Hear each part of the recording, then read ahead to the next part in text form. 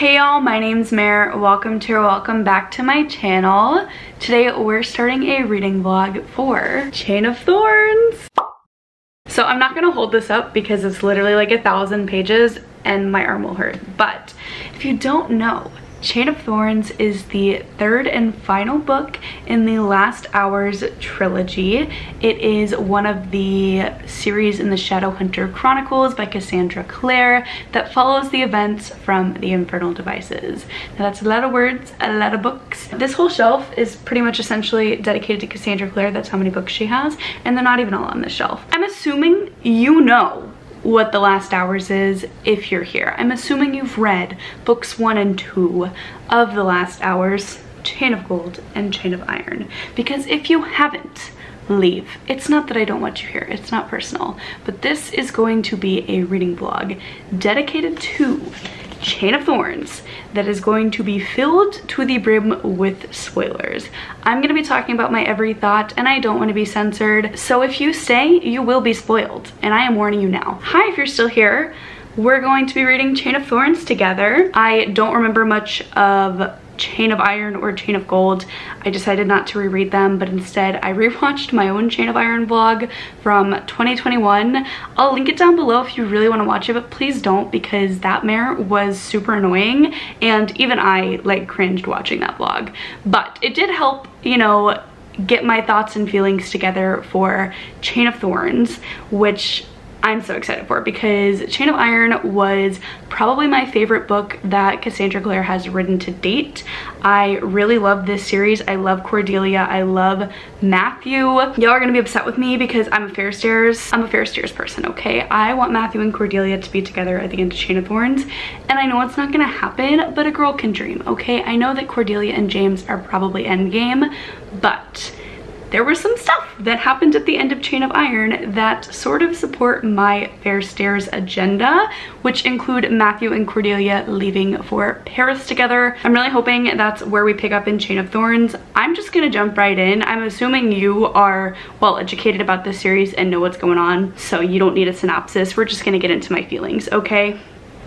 See you soon. Howdy guys. I have officially read the first 2 chapters, which is about the first 45 pages. This is following the events of the second book. It picked up pretty much immediately, and I don't have a ton of thoughts. Cordelia is in Paris with Matthew and she went dress shopping with him. That's all that she's been up to. And then Lucy is in recovery after healing Jesse Blackthorn, and she just woke up and she got to actually like physically touch him for the first time, which I thought was a super sweet moment. That was really cute. I was glad that Cassandra Clare included that, and just like all of her feelings. Like, she was thinking to herself, I love him, but she couldn't say that out loud because, like, I mean, I get why she didn't say that out loud. You can tell how much she cares for him, and I'm just really excited to see that subplot go through. And then we've also got the perspective of Grace. Grace is currently getting questioned by the Silent Brothers about why she did what she did. Here's my thoughts so far. I'm enjoying it, but I will say, like, I'm already kind of disinterested, which is a bummer because literally the only thing I've been thinking about for the last 2 days is this book and how excited I was for it. And so, I mean, I'm only 45 pages into it, so like really I can't make any judgments so far. I'm just kind of confused as to where the plot is gonna go at this point, and I also just don't like how many different character perspectives we've had so far in the past 45 pages. I think we've like had 5 different POVs. I just want more time with the characters in the little increments that we're getting. It feels very slice of life, and I just don't understand where the plot is going to move forward when we're only getting like 3 pages, 4 pages at a time with each character. I think I'm gonna take a small break and I'm gonna go get some crumble cookie and maybe some wine for tonight because I'm going to watch The Bachelor. But my goal for tonight is to get to page 100,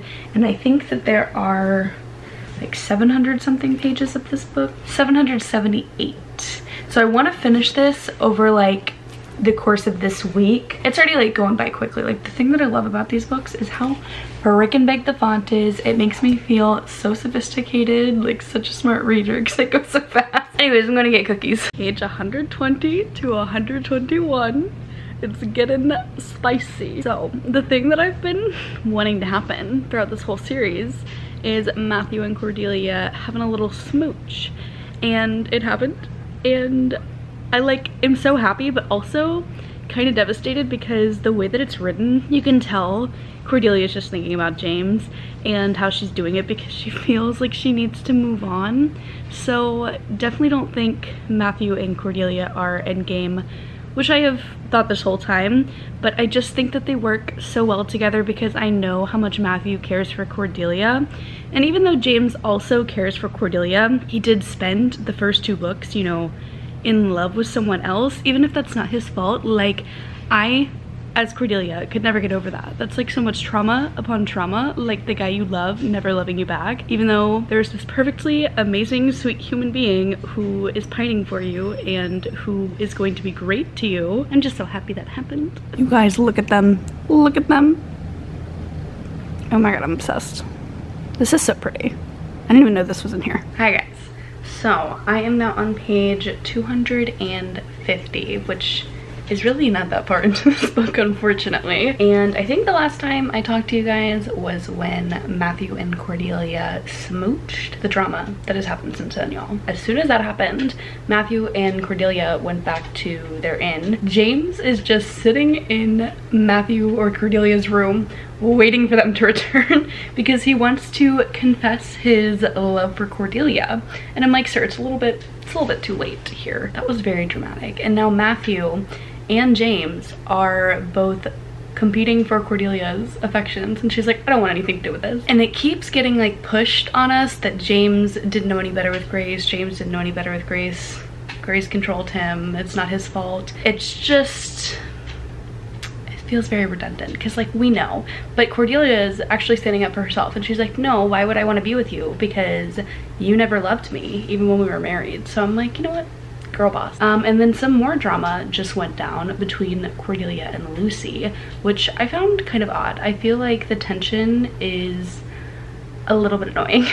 Like, I just want them to be friends. I get why, because they're obviously like hiding things from each other, but I think that they both understand, like, you can't just share that you're raising the dead to your best friend. Cordelia is like really hurt by the fact that Lucy didn't tell her everything that was going on, but Cordelia didn't say anything to Lucy either. So it's just like kind of senseless drama in my opinion, and I don't really enjoy that aspect of this book.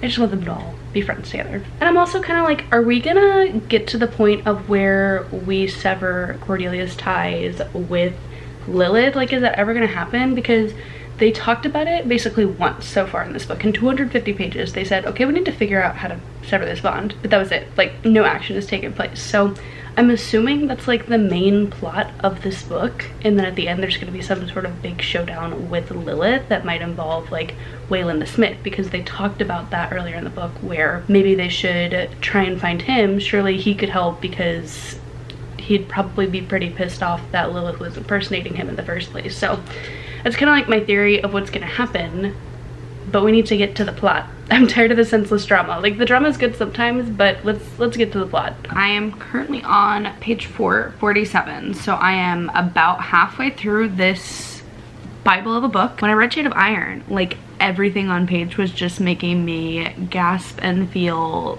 all the feelings. But Chain of Thorns, quite honestly, is not doing it for me as much. Don't get me wrong, like, still enjoying the book. But I feel like we're just focused on petty drama and not like the actual plot of the series. So it's just kind of like, not annoying, but just disappointing, because Cordelia is literally under the control of a demon and we're not doing anything about it. So I'm like, what's going on? Like, this is the third book in a series.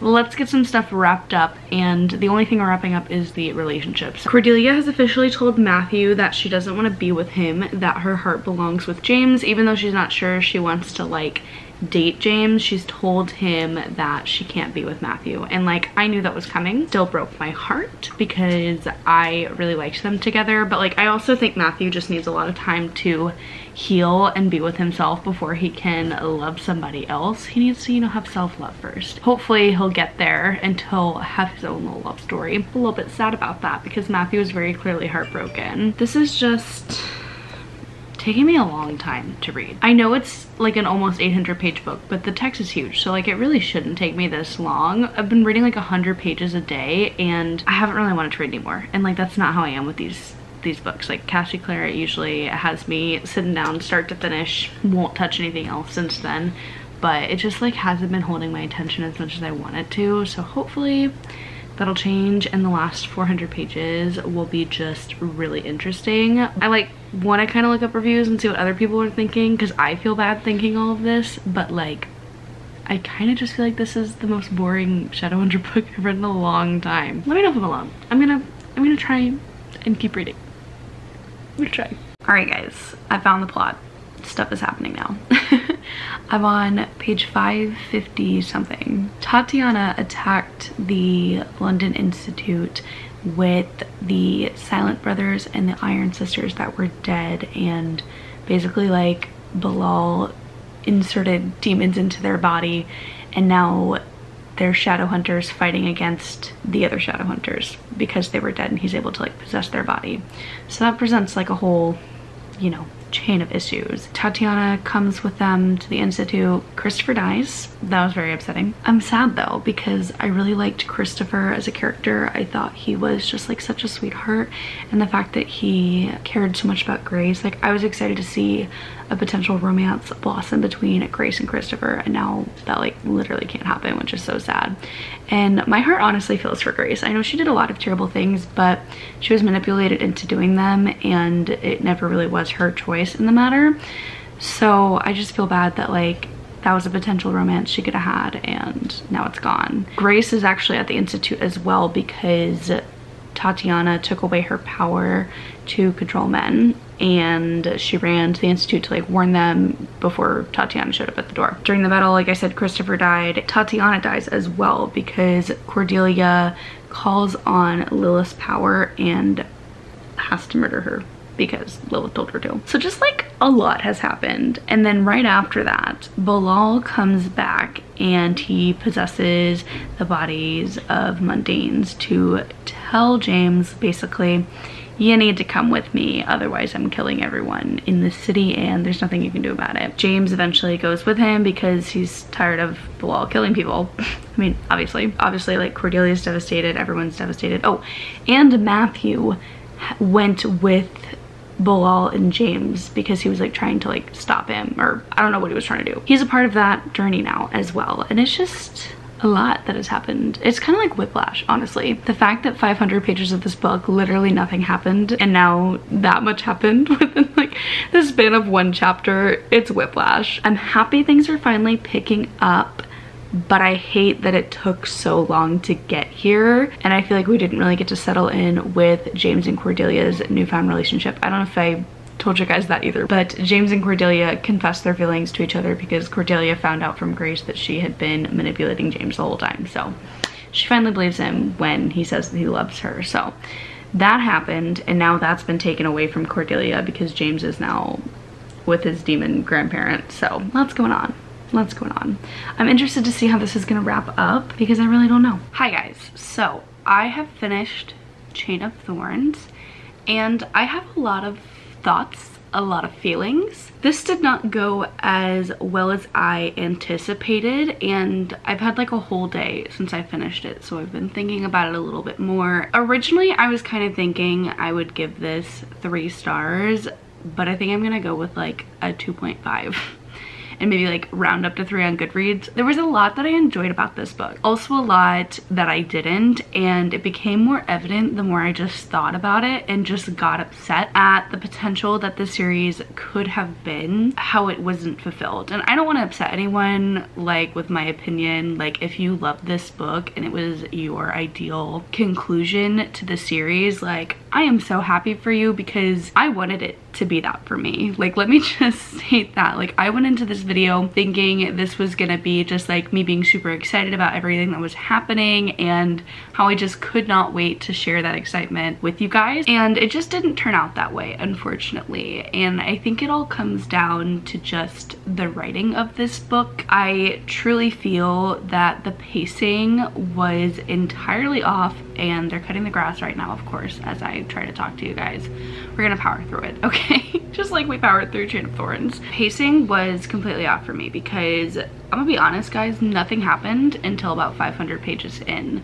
Literally nothing. It was all character drama. It was Lucy and Cordelia. It was Cordelia and Matthew. It was Matthew and James and Cordelia trying to figure out their ish. They just could not do it for the life of them. And what made me so upset is, like, when they were finally resolved, it was just flick of a switch, like, oh my god, you're forgiven, like, of course I wouldn't be mad at you. These characters were just in their head for the entire novel, saying how much that other person's gonna hate them, or how much they're gonna pity them, or how much they don't understand, when that was literally not the case at all, and they were just making things up because they should know their friends and they should know they wouldn't treat them like that. And I get things are hard to, you know, say to people sometimes, but 500 pages of an 800 book, absolutely not. That's just kind of ridiculous in my opinion, especially the love triangle situation that isn't even a love triangle. What was the point of Matthew and Cordelia if she knew she was never gonna have feelings for him?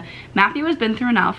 Like, we don't need to hurt the poor boy anymore. He was so forgiving and so understanding of the situation. I understand Cordelia wanting to explore that because she thought James could never love her, but it went on far too long after she realized she did not have feelings for him. Also, like, the Lucy and Cordelia thing, when they were upset with each other this entire novel and they go to the demon world towards the end, like page 550 or whatever, the entire point of going to the demon realm was just to fix their friendship. Nothing happened in that world except for getting Matthew back, but why didn't Matthew just not go? And then we could have foregone the relationship drama between Matthew and James and Lucy and Cordelia. We're all friends here. We've been friends for the entire series, and we're gonna spend the last book worried about fixing these relationships that just became unraveled for no reason. It got to a point where I was reading the epilogue, which is supposed to be this cherished thing that I've been looking forward to this entire series, to see where these characters end up, and I just didn't care. I didn't care, and that was so upsetting to me because of how much I love the other two books in this series. And I also didn't like Christopher's death. Christopher dying just felt like the death that made the most sense because he was the character that could be killed off. So it felt like he was just being used as shock value. Like, he was the only one out of everyone that wasn't in a romantic relationship, and that doesn't, you know, determine your worth. And I just don't like that he was chosen to be the character that died because it just felt like death for death's sake. And within his death, it didn't seem to have as heavy an emotional impact as some other deaths in previous Cassandra Clare's works. I just didn't feel like all of the characters truly grasped his death. Like, Cordelia was just worried about James the whole time, and like, I get that too, but one of your best friends just died. Like, can we take a moment? Ari and Anna both really showed that they cared. Thomas and Alistair, and also Grace. But like, the people that I felt like should have cared the most about his death didn't seem to. And I'm not saying they didn't all. It just felt like everything was kind of brushed off until the epilogue, and by then it was just a little bit too late. Like, I feel like we should have sat in his death, really thought about what it meant for these characters and where it was gonna push this series. I want to say some positives as well of this series, and especially with this book, because again, I do like it.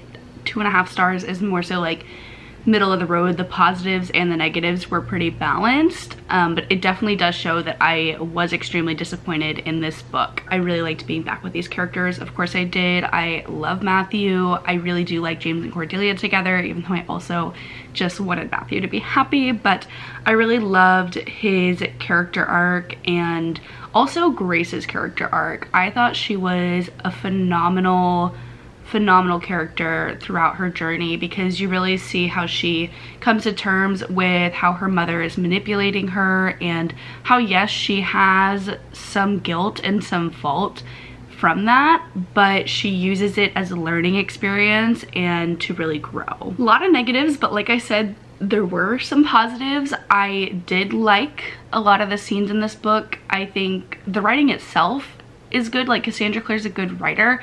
The pacing and the plot was just completely off for me, and I really struggled to finish this book. Just overall, like, a really big disappointment, because I know you guys know like how much I love Chain of Iron, how much I love these characters, how much I love the Shadowhunter books, and this is probably like the most disappointing Cassandra Clare book that I've ever read.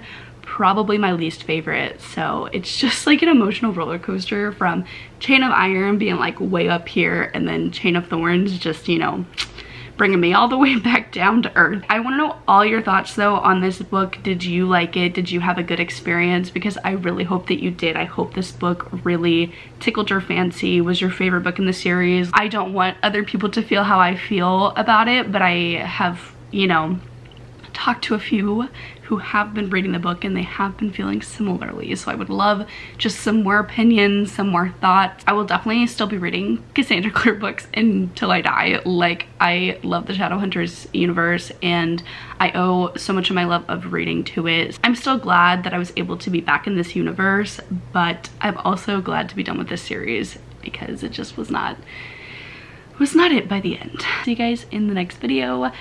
Don't forget to like, comment, subscribe, whatever you want to do, and I'll see you guys in the next one. Bye, y'all.